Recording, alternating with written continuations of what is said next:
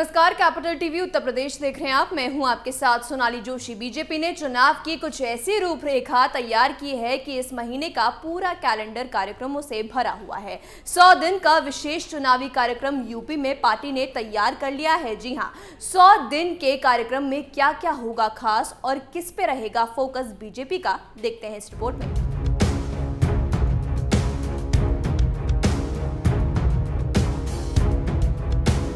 उत्तर प्रदेश में होने वाले 2022 के विधानसभा के चुनाव बीजेपी के लिए कितने अहम हैं, इसका अंदाजा इसी से ही लगाया जा सकता है कि बीजेपी ने अपनी पूरी ताकत इन चुनाव में झोंक दी है। पार्टी ने ऐसे कार्यक्रम तैयार किए हैं कि हर महीने प्रधानमंत्री नरेंद्र मोदी 3 से 4 बार यूपी के दौरे पर आ रहे हैं, करोड़ों की योजनाओं की सौगात दे रहे हैं, अलग अलग क्षेत्रों में जनसभाएं कर रहे हैं। तो वहीं केंद्रीय गृह मंत्री भी लगातार उत्तर प्रदेश के दौरे पर हैं। अभी 12 और 13 नवंबर को केंद्रीय गृह मंत्री अमित शाह जहां वाराणसी में पहले पार्टी कार्यकर्ताओं के साथ बातचीत कर उनका फीडबैक लेंगे, तो वहीं 13 तारीख को समाजवादी पार्टी के गढ़ आजमगढ़ में जनसभा करने के साथ ही वहां विश्वविद्यालय की सौगात देंगे।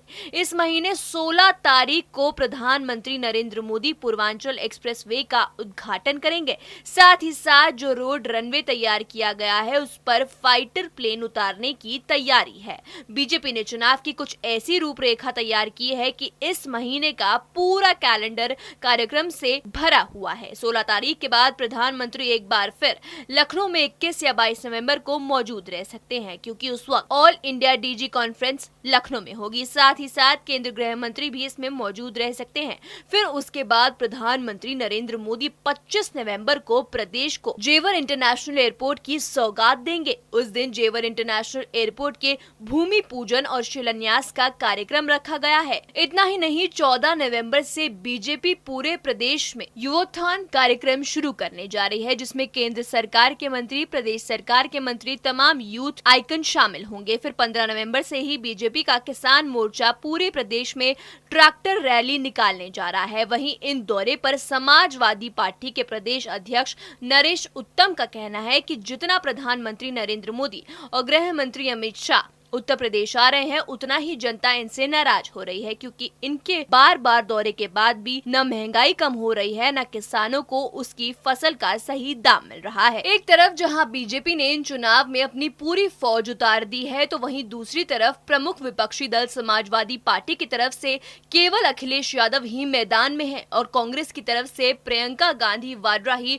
जनसभाएं कर रही है, जबकि बसपा सुप्रीमो अभी शायद चुनाव और करीब आने का इंतजार कर रही है। सपा के आरोपों पर सरकार में कैबिनेट मंत्री स्वामी प्रसाद मौर्य का साफ तौर पर कहना है कि प्रधानमंत्री चाहे एक बार दौरे पर आएं या 10 बार, गृह मंत्री चाहे एक बार आएं या 5 बार, इससे उनके पेट में दर्द क्यों हो रहा है। वो कहते हैं कि दरअसल इन दलों की जमीन खिसक गई है, इसीलिए वो ऐसा कह रहे हैं कि विपक्षी दलों को तो सरकार को धन्यवाद देना चाहिए कि उनके अधूरे कामों को पूरा कर रही है। जाहिर सी बात है, बीजेपी किसी भी कीमत पर यूपी की सत्ता अपने हाथ से जाने नहीं देना चाहती है और इसलिए 100 दिन का विशेष चुनावी कार्यक्रम यूपी में पार्टी ने तैयार कर लिया है, जिसके पीछे रणनीति न केवल पार्टी के हर कार्यकर्ता को चुनाव में एक्टिव रखने की है, बल्कि विपक्षी दलों पर एक मेंटल प्रेशर बनाने की भी है। इस खबर में मेरे साथ इतना ही, बने रहिए कैपिटल टीवी उत्तर प्रदेश के साथ। जय हिंद।